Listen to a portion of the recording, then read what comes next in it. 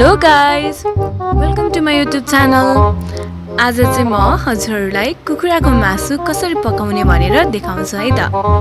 त्यसको लागि सबैभन्दा पहिला कालो कराईमा चाहिँ हामीले पकाउन गइरहेको छौँ। त्यो भएर कालो कराई बसाल्नुहोस् र तेल हाल्नुहोस्। त्यो पार्ट चाहिँ मैले फोटो खिच्न बिर्सिएँ।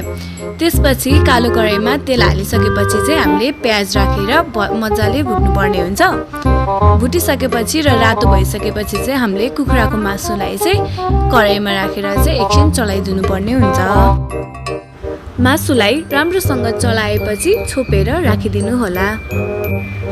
5 मिनेटपछि खोलेर हेर्दा मासु गलिसकेको रहेछ र पानी आइरहेको थियो।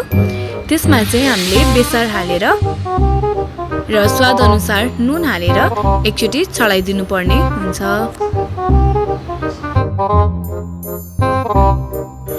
अब मैले यसमा 2 चम्चा मसला हालेको छु।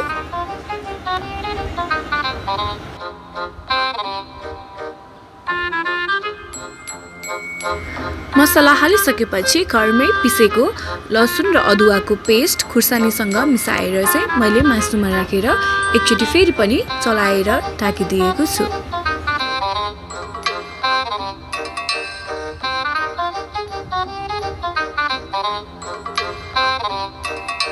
ढाकेको पार्ट खिच्न बिर्सिएको हुनाले फेरि पनि मैले त्यो क्लिपलाई राख्न पाइनँ। अब भने कुखुराको मासु रेडी भएको छ। हजुरहरू पनि आफ्नो परिवारसँग बसेर मिठो मासु खानु होला।